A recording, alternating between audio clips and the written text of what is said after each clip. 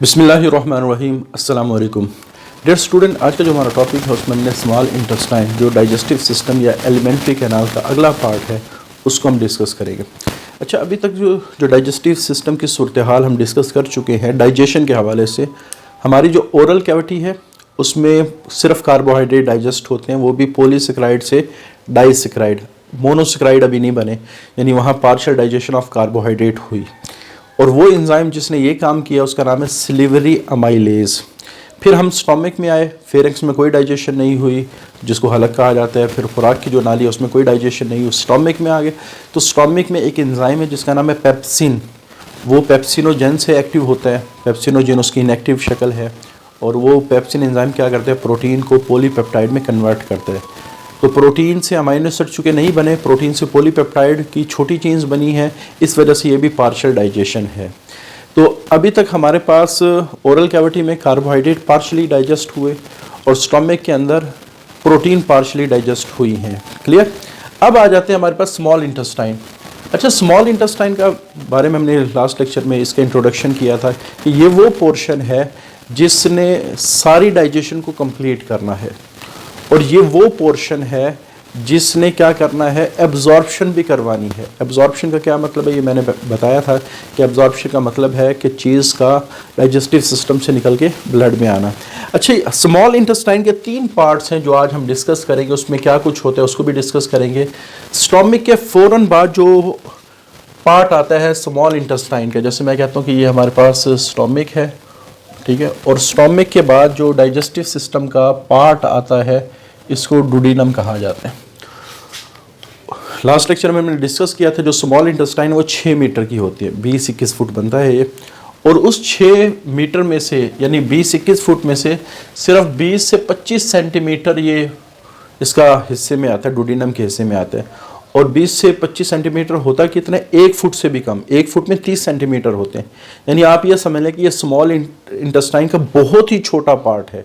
बाकी जो 2 हैं, जिजोनम और इलियम, वो बाकी जो 6 मीटर हैं 18-19 फुट के, वो बनते हैं। क्लियर। अच्छा, इसने क्या करना है, इसने फूड की डाइजेशन को काफ़ी हद तक करवाना है। मुकम्मल ये भी नहीं करती, यहाँ भी चीज़ें ज़्यादातर पार्शियली डाइजेस्ट होती हैं, लेकिन फूड के एक बहुत बड़े हिस्से को इसने डाइजेस्ट करना है। अच्छा, आमतौर पे जो डुडीनम होती है इसने डाइजेशन करवानी होती है, तो इसकी इस डाइजेशन को करवाने में, और इसने चूँकि बहुत ज़्यादा डाइजेशन का पार्ट कंप्लीट करना है और है ये छोटा सा, तो इस पार्ट की 2 चीज़ें हेल्प भी कर रही होती हैं। काफ़ी सारी चीज़ें इस डुडीनम वॉल से ही रिलीज़ होती हैं जो डाइजेशन में हेल्प करती हैं, और कुछ चीज़ें जो दूसरे ऑर्गन से आ रही हो। वो ऑर्गन कौन कौन से हैं, एक तो डुडीनम के साथ पैंक्रियाज कनेक्टेड होता है, तो पैंक्रियाज से पैंक्रियाटिक सिक्रेशन डुडीनम में आती है। दूसरा, डुडीनम के साथ लीवर कनेक्टेड होता है, तो लीवर से भी कुछ मटेरियल आ रहा होता है। क्लियर। तो ये 2 ऑर्गन हैं जो डुडीनम के अंदर होने वाली डाइजेशन की हेल्प करेंगे। क्लियर। अभी हम डिस्कस करते हैं कि जो डुडीनम की दीवार है उसके अंदर कुछ ग्लैंड होते हैं जिसको डुडीनल ग्लैंड कहा जाता है, ये इसको हम ब्रनर ग्लैंड भी कहते हैं। ये ग्लैंड क्या करते हैं, एक सिक्रीशन खारिज करते हैं जो बाइकार्बोनेट आयन पर मुश्तमिल होती है। और आपको पता है जो बाइकार्बोनेट आयन होते हैं ये अल्कलाइन नेचर के होते हैं, यानी बेसिक नेचर के होते हैं। अच्छा, अक्सर स्टूडेंट उनको यही नहीं समझ आ रहा होता है बेस और अल्कलाइन में क्या फ़र्क है। हमारे पास हर वो चीज़ जिसकी pH 7 से ज़्यादा हो वो बेसिक नेचर कहलाती है, ठीक है। और कुछ बेसिस ऐसी हैं जो पानी में सालुबल होती हैं, तो वो बेसिस जो पानी में सालुबल होती हैं उनको अल्कली कहा जाता है, ठीक है। तो जब भी हम बात करते हैं ना अल्कलाइन की, तो ये बेसिक नेचर के ही होते हैं, तो इसका मतलब होगा इनकी जो pH है वो 7 से ज़्यादा होगी, ठीक है। वैसे अगर हम बेसिक pH की बात करें तो अगर इनकी डेफिनेशन करें एसिड बेस की, तो एसिड आमतौर पे वो चीज़ होती है, वैसे तो इसकी काफ़ी सारी डेफिनेशन है, जो हाइड्रोजन आयन को रिलीज़ करती है, और बेस वो चीज़ होती है जो हाइड्रोजन आयन को एक्सेप्ट करती है, ठीक है। वैसे तो बहुत सारी डेफिनेशन है, उनमें से एक डेफिनेशन ये है कि एसिड H आयन को रिलीज करते हैं, बेस H आयन को एक्सेप्ट करती है। तो डुडीनल ग्लैंड से जो सिक्रेशन रिलीज होती है वो अल्कलाइन नेचर की होती है, क्योंकि उसमें बाइकार्बोनेट आयन होते हैं और बाइकार्बोनेट आयन हाइड्रोजन आयन को एक्सेप्ट करने की सलाहियत रखते हैं। ये बेसिक है, ये अल्कलाइन है। क्लियर। अच्छा, इसके अलावा 2 मेन चीज़ें जो पोर्ड का मतलब होता है जो इस डुओडेनम के अंदर डाली जा रही होती है, जो उसकी अपनी नहीं है, किसी और ऑर्गन। एक तो पैंक्रियाटिक जूस है, तो ये जाहिर बात है कौन रिलीज करते हैं, पैंक्रियास, और ये किस में डाला जाता है, डुओडेनम के अंदर, और जिस नाली के जरिए से डाला जाता है उसको पैंक्रियाटिक डक्ट कहा जाता है। ठीक है, तो ये वाली जो है वो पैंक्रियाटिक डक्ट है। अच्छा, एक तो चीज़ ये, चूंकि इसमें भी बाइकार्बोनेट आयन होते हैं, तो pancreatic juice overall alkaline nature का होता है। ठीक है, यानी इसकी पीएच ऑलमोस्ट 7 और 8 के दरमियान होती है। अच्छा, अल्कलाइन नेचर का होना क्यों ज़रूरी है पैंक्रियाटिक जूस को? उसकी वजह यह है कि हमारा जो स्टोमिक है, आपको पता है कि जब स्टोमिक से फूड गुजर के जाता है उसमें HCl मिक्स होने की वजह से वो एसिडिक हो जाते हैं। क्या हो जाते हैं? एसिडिक हो जाते हैं। अच्छा, जब यही एसिडिक फूड स्मॉल इंटेस्टाइन में आएगा, ये एसिडिक फूड जब स्मॉल इंटेस्टाइन के अंदर आएगा तो एसिडिक पीएच होने की वजह से पैंक्रियाटिक जूस के एंजाइम काम नहीं करते, क्योंकि पैंक्रियाटिक जूस के जो एंजाइम्स होते हैं जिन्होंने डाइजेशन करनी है, ये न्यूट्रल या बेसिक, स्लाइट बेसिक पीएच या स्लाइट अल्कलाइन पीएच पे काम करते हैं। तो इस वजह से हमारे पास वो फूड जो मैदे से आ रहा है उसके लिए हमने क्या इस्तेमाल किया था, काइम या चाइम भी इसको पढ़ते हैं। तो जब एसिडिक चाइम स्मॉल इंटेस्टाइन के अंदर आता है तो चूंकि वो एसिडिक होता है, और अगर इस एसिडिक एंजाइम के ऊपर पैंक्रियास के एंजाइम आके एक्ट करना चाहे तो वो कर नहीं सकते, क्योंकि वो एसिडिक पीएच में काम ही नहीं करते। तो पहला काम क्या होगा, इस एसिडिक पीएच को खत्म करके इसको न्यूट्रल या बेसिक पीएच में कन्वर्ट करना। तो ये काम बाइकार्बोनेट आयन कर रहे होते हैं। देखो, एसिडिक एनवायरनमेंट का क्या मतलब है, उसके अंदर हाइड्रोजन आयन पाए जाते हैं। ठीक है, और अगर इन हाइड्रोजन आयन को बाइकार्बोनेट आयन एक्सेप्ट कर लें तो ऑटोमेटिकली हमारे पास ये वाला जो एसिडिक कंडीशन है वो न्यूट्रल हो जाएगी, या अगर बहुत ज़्यादा एक्सेप्ट कर लें तो वो बेसिक या अल्कलाइन कंडीशन हो जाएगी। क्लियर?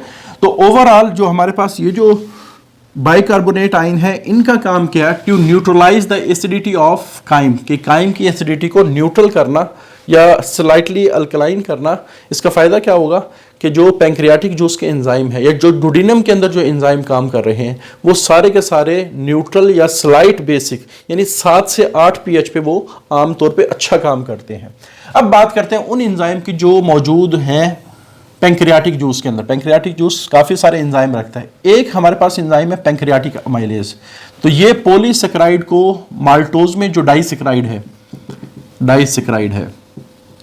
पॉलीसेकेराइड से मुराद ग्लाइकोजीन हो सकता है या थोड़ा सा वो ग्लूकोज में, लेकिन मेन इसका काम ये है कि वो डाइसेकेराइड में इसको कन्वर्ट कर रहे हैं। वही काम जो हमारी ओरल कैविटी में हुआ। अब सवाल ये कि जब एक काम ओरल कैविटी में हो गया तो यहाँ करवाने की क्या ज़रूरत है, क्योंकि इसका सिंपल सा आंसर ये है कि हमारी जो बॉडी है वो परफेक्ट काम करती है। उसको पता है कि हो सकता है ओरल कैविटी में मुकम्मल डाइजेशन पॉलीसेकेराइड की ना हो, तो हमारी बॉडी ने 2 जगह रखी हैं पॉलीसेकेराइड को डाइजेस्ट। एक ओरल कैविटी में, कुछ वहाँ डाइजेस्ट हो जाएंगी, कुछ यहाँ डाइजेस्ट हो जाएंगी। तो ओवरऑल एफिशिएंसी जो है पॉलीसेकेराइड की डाइजेशन की बढ़ जाएगी। लेकिन ये वही काम करे जो हमारे ओरल कैविटी में हो रहा है। ओरल कैविटी वाला एंजाइम सिलिवरी अमाइलेज कहलाता है और पैंक्रियाटिक जूस वाला एंजाइम पैंक्रियाटिक अमाइलेज। तो दोनों में अमाइलेज है। अमाइलेज वो एंजाइम होते हैं जो पॉलीसेकेराइड को डाइसेकेराइड में कन्वर्ट, ये इसका दूसरा नाम एमाइलोप्सिन भी है। अच्छा, सिलिवरी ग्लैंड का जो अमाइलेज है उसको हमने टाइलिन दूसरा नाम दिया था, वो आपको याद होगा। तो इस पैंक्रियाटिक अमाइलेज ने क्या किया, पॉलीसेकेराइड को माल्टोज में जो डाइसेकेराइड है, ये किसी हद तक कभी कभार ग्लूकोज के कुछ मॉलिक्यूल बन जाते हैं, लेकिन मेन काम इसका डाइसेकेराइड में कन्वर्ट करना है। अच्छा, ट्रिप्सिनोजिन, इसके नाम से जाहिर है कि इसके नाम को सुनकर आपके जहन में क्या आता है, आपके जहन में पेप्सिनोजेन आता होगा जो हमने स्टोमिक में पढ़ा है। ठीक है, तो जिसके एंड पे जेन लगा हो एंजाइम से पहले तो वो आमतौर पे इनएक्टिव होते हैं, जैसे पेप्सिनोजिन इनएक्टिव है, ट्रिप्सिनोजिन इनएक्टिव है।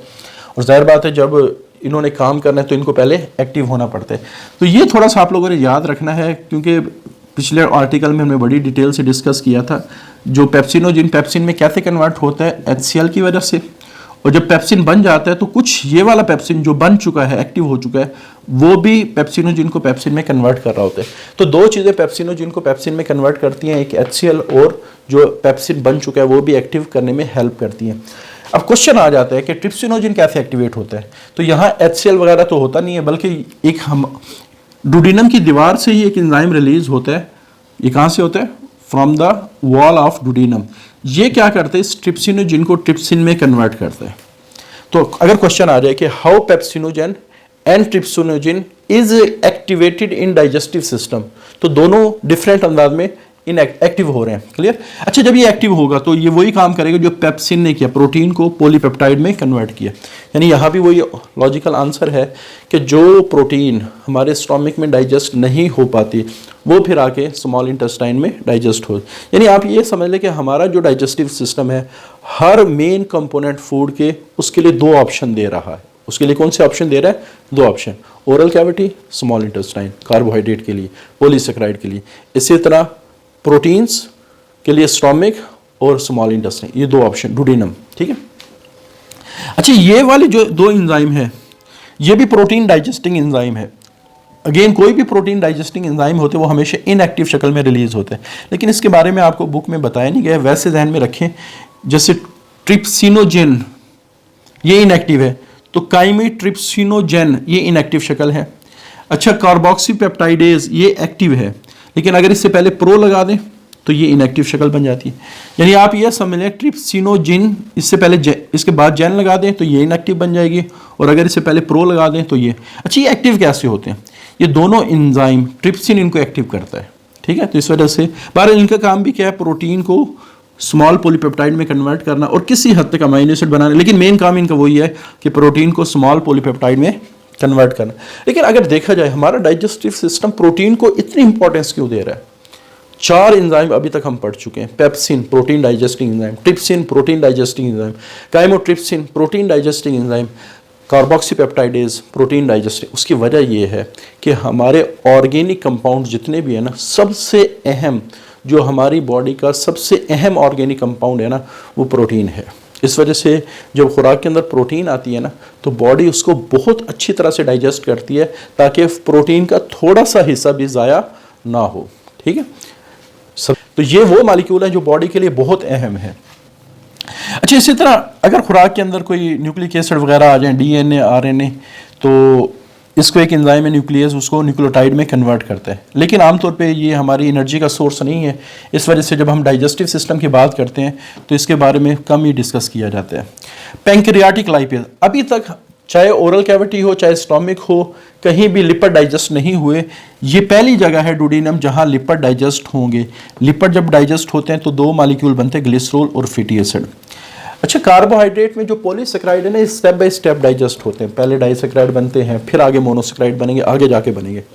इसी तरह प्रोटीन पहले पॉलीपेप्टाइड की चेन बनाएंगे, फिर आगे जाके अमाइनो एसिड्स बनाएंगे। लेकिन लिपिड्स के मॉलिक्यूल जहाँ भी डाइजेस्ट होंगे, लिपिड भी दो जगह डाइजेस्ट हो रहे हैं, एक यहाँ डाइजेस्ट होता है, एक आगे भी डाइजेस्ट होगा। ठीक है, लेकिन याद रखेंगे लिपिड जब भी डाइजेस्ट होते हैं वो मुकम्मल तौर पे डाइजेस्ट होते हैं। उससे लिपिड का मॉलिक्यूल टूट के फैटी एसिड और ग्लिसरॉल बनाते, ये उनकी कंप्लीट डाइजेशन है। अभी तक प्रोटीन की और कार्बोहाइड्रेट की प्रॉपर डाइजेशन नहीं हुई। लेकिन फैट्स की डाइजेशन में एक प्रॉब्लम आता है। अब वो प्रॉब्लम क्या है कि फैट्स आमतौर पे पानी में इंसॉल्युबल होती हैं, और एंजाइम का एक रूल है कि जब तक कोई चीज़ पानी में सॉल्युबल नहीं होती वो उस पर एक्ट नहीं करता। तो इस वजह से जो लाइपेज एंजाइम है ये बग़ैर किसी हेल्प के डायरेक्टली फैट्स को डाइजेस्ट नहीं कर पाते। Fats are insoluble in water so they can not attack readily by the pancreatic. अब सवाल ये है, पहले इनको वाटर सॉल्युबल बनाना पड़ेगा। ये काम कौन करता है? ये लिवर की लिवर से आने वाली एक सिक्रेशन करती है जिसको हम कहते हैं बाइल। ठीक है, बाइल ये लिवर की सिक्रेशन का नाम है। अच्छा, बाइल जैसे मैं कहता हूँ ये डुडेनम है, ये जो नाली आती है जो बाइल को लेके आती है इसको बाइल डक्ट कहा जाता है, और ये सपोज कर लेते हैं लिवर है। अच्छा, लिवर जब बाइल बनाते हैं ना तो पहले एक छोटे से स्ट्रक्चर को में इसको स्टोर करते हैं जिसको गाल ब्लैडर कहा जाता है। फिर आहिस्ता आहिस्ता ज़रूरत के मुताबिक ये डुडेनम में आ रही होती है। ठीक है, तो इसको गाल ब्लैडर कहा जाता है। इसका फंक्शन क्या है? इसके अंदर ऐसे साल्ट होते हैं जो डिटर्जेंट का काम करेंगे। डिटर्जेंट, जैसे हमने सरफ को डिटर्जेंट कहा, बेसिकली सरफ करता क्या है? देखो, हमारा जो दाग होते हैं ना उस पर बहुत सारी चीज़ें होती हैं जो वाटर सॉल्युबल होती हैं, और जितनी भी वाटर सॉल्युबल चीज़ें होती हैं आप उसको पानी में रख देना, वो पानी में डिज़ोल्व हो जाती है, पानी निकल जाते हैं, कपड़े साफ़ हो जाते हैं। लेकिन हमारे जो कपड़ों पे लगने वाले काफ़ी सारे दाग ऐसे हैं जो वाटर इनसॉल्युबल मटेरियल्स हैं, उनके लिए फिर डिटर्जेंट इस्तेमाल करना पड़ता है। डिटर्जेंट क्या करते हैं? उनको वाटर इनसॉल्युबल मॉलिक्यूल को वाटर सॉल्युबल बनाते हैं। कैसे बनाते हैं? जैसे मैं कहता हूँ कि हमारे पास एक मॉलिक्यूल है जो पानी से नफरत करता है, हाइड्रोफोबिक है, पानी में हल नहीं होता। पानी में हल वो चीज़ होती है जो पानी के मालिक्यूल के साथ कोई बॉन्डिंग बनाती है। ये वाटर है, ये दोनों एक दूसरे के दुश्मन है, दोनों के दरमियान बॉन्डिंग नहीं हो रही, इस वजह से ये वाली चीज़ इसमें हल नहीं हो रही। अब हमारे पास ये जो डिटर्जेंट होते हैं इनको कहा जाता है इमल्सिफाइंग एजेंट। इनको क्या कहा जाता है? Emulsifying agent. ये क्या करते हैं? इमल्सिफाइंग एजेंट के ना दो पार्ट होते हैं। एक वो चीज़ जो वाटर इनसॉल्युबल मटेरियल के साथ अटैच होती है और दूसरा एंड वाटर के साथ अटैच होता है। जैसे फैट्स के केस में हमारे पास अगर कोई इमल्सिफाइंग एजेंट या साल्ट आ जाए जो क्या करेगा, एक तरफ पानी से अटैच हो जाएगा और दूसरी तरफ फैट से अटैच हो जाएगा और दोनों को आपस में जोड़ दे। तो बहरहाल जब पानी और फैट का आपस में बॉन्ड बन गया तो हम क्या कहेंगे, अब फैट पानी के अंदर सॉल्युबल हो गया, फैट पानी के अंदर सॉल्युबल। तो ये जो साल्ट है वो इसी तरह काम कर रहे हैं। ये फैट जो वाटर इनसॉल्युबल है उसको वाटर सॉल्युबल बना रहे हैं कि वो पानी में हल कर रहे हैं। अच्छा, बेसिकली होता क्या, जैसे मैं कहता हूं कि यहां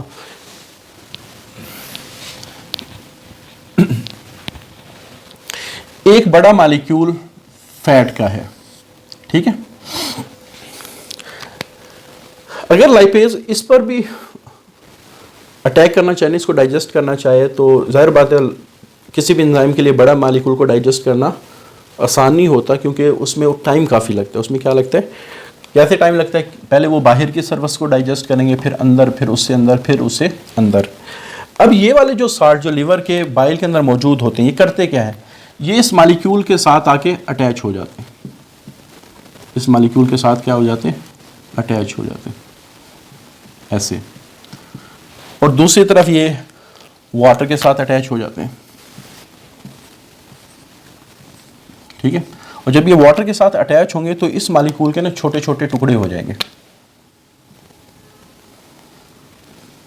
यानी ये जो इतना बड़ा मॉलिक्यूल था इसके क्या हो जाएंगे, छोटे छोटे टुकड़े हो जाएंगे।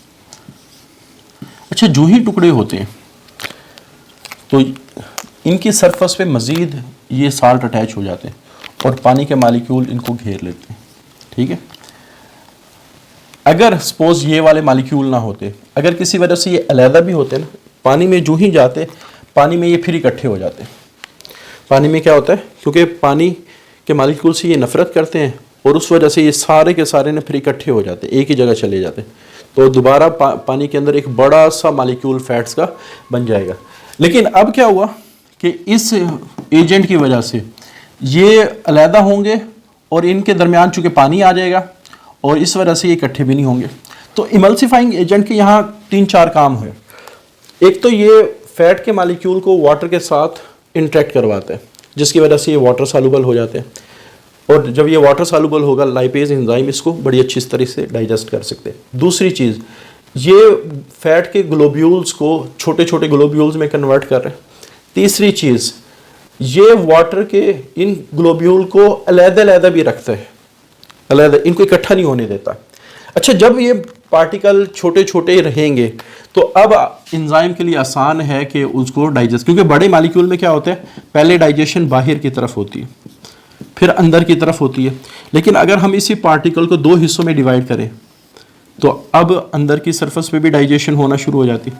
अगर इसको हम और हिस्सों में डिवाइड करें, 4 में कर दें, तो इस हिस्से पे भी डाइजेशन शुरू हो जाती है। यानी आप ये समझ लें कि जितनी ज़्यादा पार्टिकल छोटा होता जाएगा एंजाइम को काम करने के लिए उतनी ही सरफेस मिलती चली जाए। तो यही मतलब है कि इस पूरे प्रोसेस को हम कहते हैं इमल्सिफिकेशन। इस पूरे प्रोसेस को क्या कहा जाता है, इमल्सिफिकेशन।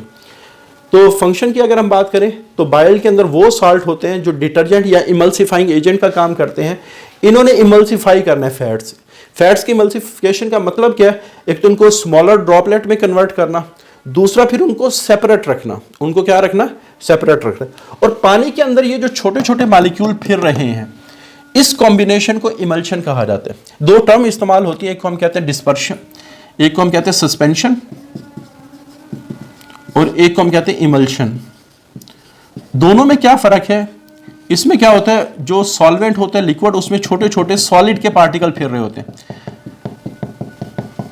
किसके पार्टिकल फिर रहे होते हैं, जैसे आपने अक्सर देखा होगा ये जो एंटीबायोटिक्स पाउडर की शक्ल में आती है, लेकिन जब आप उसमें पानी मिलाते हैं तो वो मुकम्मल तौर पे हल नहीं होती। अगर वो मुकम्मल तौर पे हल हो जाए उसको हम कहते हैं ये ट्रू सोल्यूशन बन गया। लेकिन आपने देखा होगा कि वो जो सॉलिड के पार्टिकल है वो छोटे छोटे इसमें फिर रहे होते हैं, ये सस्पेंशन कहलाती है। अगर हमारे पास सॉल्वेंट यहाँ लिक्विड हो और उसके अंदर जो तैरने वाले जो पार्टिकल हों वो सॉलिड के हों, एमल्शन में क्या होता है कि लिक्विड के अंदर लिक्विड के पार्टिकल फिर रहे होते हैं। जैसे वाटर एक लिक्विड है, ऑयल एक लिक्विड है, तो अगर आप वाटर में ऑयल मिक्स करें या ऑयल में वाटर मिक्स करें तो क्या बनेगा? इमल्शन बनेगा। तो इसी वजह से कहा गया कि जब हमारे डाइजेस्टिव सिस्टम में जो फैट्स हैं वो पानी में मिक्स होते हैं, मिक्स करने वाला कौन है? Emulsifying agent. तो वो जो मिक्सचर बनेगा वो इमल्शन कहलाएगा। क्लियर? इमल्शन में फैट्स के पार्टिकल चूंकि छोटे छोटे हो जाते हैं, इस वजह से फिर आप कह सकते हैं जो लिपिड डाइजेस्टिंग एंजाइम है जिसका नाम है लाइपेज, उसको ज़्यादा सरफेस मिलती है, क्योंकि हमने अभी डिस्कस किया कि जो पार्टिकल जितना छोटा होता जाएगा एंजाइम को उतने ही एक्शन को परफॉर्म करने के लिए सरफेस मिलती चली जाएगी। तो इस तरह हमारे पास जो लिपिड की डाइजेशन है वो एफिशिएंटली हो जाएगी। क्लियर? अच्छा, फिर आगे आ जाते हैं जिजूनम और इलियम। ये बाकी जो रिमेनिंग पार्ट है स्मॉल इंटेस्टाइन का जो बड़े पार्ट है ये तकरीबन 2.4 मीटर होती है, और अगर स्मॉल इंटेस्टाइन को 5 हिस्सों में डिवाइड करें तो सिर्फ 2 हिस्से इसके बनते हैं, और ये 3.5 मीटर है। अगर इसको 5 हिस्सों में डिवाइड करें तो 3 हिस्से इलियम के बनते हैं। यानी आप ये समझ लें 5, 2, 5, 3, तो 3 और 2 को जमा करें ये 5 हिस्से पूरे हैं। तो इसका मतलब है डुडीनम इतना छोटा है कि इसको हम जब हिस्से बना रहे होते हैं इसमें कंसिडर ही नहीं करते। क्लियर? ये दोनों हिस्से सिर्फ फूड को डाइजेस्ट नहीं करते बल्कि इसकी एब्जॉर्प्शन भी करवाते हैं। डाइजेशन ऑफ फूड के बारे में यहाँ डिस्कस किया गया, एब्जॉर्प्शन ऑफ फूड के बारे में हम अगले लेक्चर में डिटेल से डिस्कस करेंगे। अच्छा, जो चीज़ें हमारे पास यहाँ डाइजेस्ट होके आती हैं अभी वो उसकी डाइजेशन कैसे हो रही है? जैसे हमने डिस्कस किया कि पॉलीसेकेराइड से डाइसेकेराइड बन रहे हैं, प्रोटीन से पॉलीपेप्टाइड बन रही है। हाँ, लिपिड डाइजेस्ट हुआ यहाँ, वो मुकम्मल तौर पे डाइजेस्ट होते हैं। अब देखिए जो पॉलीसेकेराइड से डाइसेकेराइड बने हैं वो कहाँ डाइजेस्ट होंगे? जैसे मैं कहता हूँ कि हमारे पास एक एंजाइम है माल्टोज, वो माल्टोज एक डाइसेकेराइड है। माल्टेज एंजाइम क्या करता है? इस माल्टोज को ग्लूकोज में कन्वर्ट करता है। जो ग्लाइकोजन और स्टार्च जो पॉलीसेकेराइड थे वो माल्टोज में कन्वर्ट होते हैं। माल्टोज यहाँ के ग्लूकोज में कन्वर्ट हो जाता है और ग्लूकोज मोनोसेकेराइड्स हैं। तो इसका मतलब है यहाँ वो जो डाइजेशन इनकम्प्लीट रह गई थी कंप्लीट होगी। अच्छा, अगर आप चीनी खाते हैं वो सक्रोज, वो ऑलरेडी डाइसेकेराइड होते हैं, इस वजह से वो ना हमारी ओरल कैविटी में डाइजेस्ट होता है ना हमारे स्मॉल इंटेस्टाइन में, वो डायरेक्ट यहाँ आता है। उसको एक एंजाइम है सक्रेज, उसको फ्रक्टोज और ग्लूकोज में यहाँ भी मोनोसेकेराइड बन गए, तो यहाँ सक्रोज की भी डाइजेशन क्या होती है? कंप्लीट होती है। लैक्टेज, एक लैक्टोज हमारे दूध के अंदर, ये भी एक डाइसेकेराइड है। डाइसेकेराइड की डाइजेशन ना पिछले किसी भी सिस्टम में नहीं होती। तो ये जो लैक्टोज है इसको ग्लूकोज और लैक्टोज ये भी मोनोसेकेराइड्स हैं। तो यहाँ बहरहाल यहाँ कार्बोहाइड्रेट आके मोनोसेकेराइड में कन्वर्ट, जितने भी कार्बोहाइड्रेट हैं जो हमारे डाइजेस्टिव सिस्टम में डाइजेस्ट होने की सलाहियत रखती हैं, हर किस्म की कार्बोहाइड्रेट डाइजेस्ट नहीं होती। ठीक है, जैसे मैंने सेलुलोज एक कार्बोहाइड्रेट है लेकिन वो हमारे डाइजेस्टिव सिस्टम में डाइजेस्ट नहीं होती। अच्छा, इसी तरह रिप्स इमाइनोपेप्टाइडेज जो पॉलीपेप्टाइड की चेन यहाँ प्रोटीन के डाइजेशन से बनी थी वो डाइपेप्टाइड में कन्वर्ट होती है, और फिर ये जो डाइपेप्टाइड है रिप्सिन क्या करती है? डाइपेप्टाइड को अमीनो एसिड में, तो यहाँ प्रोटीन की डाइजेशन भी कंप्लीट होती है। लाइपेज एंजाइम्स, यहाँ एक लाइपेज एंजाइम भी रिलीज होता है।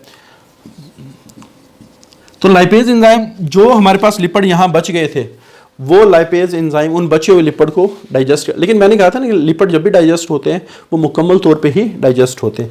अच्छा, अब इंटेस्टाइनल जूस वो जूस है जो जिजूनम और इलियम रिलीज करता है, और उसके अंदर ये सारे एंजाइम होते हैं जो डाइजेशन को क्या करेंगे? कंप्लीट करें। अब डाइजेशन की कंप्लीशन कैसे हुई? पॉलीसेकेराइड मोनोसेकेराइड में कन्वर्ट होगी, प्रोटीन अमीनो एसिड में कन्वर्ट हो गई, और हमारे पास जो लिपिड हैं वो फैटी एसिड और ग्लिसरॉल में कन्वर्ट हुई। ये फाइनल प्रोडक्ट्स हैं हमारे डाइजेस्टिव सिस्टम की। Monosaccharide, amino acid, fatty acid, glycerol, ये 4 हमारे पास प्रोडक्ट हैं जो डाइजेशन के बाद हमारे ब्लड में जानी होती है। इसको हम कहते हैं एब्जॉर्प्शन। लेकिन हमारा फूड जब उसमें डाइजेशन मुकम्मल हो जाती है, पहले मैदे में उसको काइम कहा जाता है, मैदे में उसको क्या कहा जाता है? काइम कहा जाता है। लेकिन जब उसमें इंटेस्टिनल जूस मिलके उसकी डाइजेशन को कंप्लीट कर देता है तो वो जो हमारे पास मिक्सचर बनेगा उसको काइल कहा जाता है, और ये अल्कलाइन होता है क्योंकि इंटेस्टिनल जूस के जितने भी कंपोनेंट हैं वो अल्कलाइन नेचर के होते हैं due to presence of bicarbonate ion. तो अगर क्वेश्चन आ जाए काइम और काइल, काइल में क्या फ़र्क है, तो काइम वो हमारे पास मिक्सचर है जो मैदे के अंदर गैस्ट्रिक जूस के मिक्स होने से बनता है, और काइम जब इंटेस्टिनल जूस के साथ मिक्स हो जाता है और उसकी नेचर अल्कलाइन हो जाती है, अब उसको क्या कहा जाएगा, काइल या चाइल कहा जाएगा। तो ये क्वेश्चन आ सकता है differentiate between chyme and Kyle. तो ये हमारा जो स्मॉल इंटेस्टाइन का पोर्शन था, यहाँ तक डाइजेशन कंप्लीट हो गई है। आगे क्या होना है कि उस डाइजेस्टिव प्रोडक्ट का ब्लड में जाने, इसको एब्जॉर्प्शन कहा जाएगा, वो भी स्मॉल इंटेस्टाइन में ही होती है। तो उसको हम इंशाल्लाह अगले लेक्चर में डिस्कस करेंगे। आज के लिए इतनी, अल्लाह हाफिज़।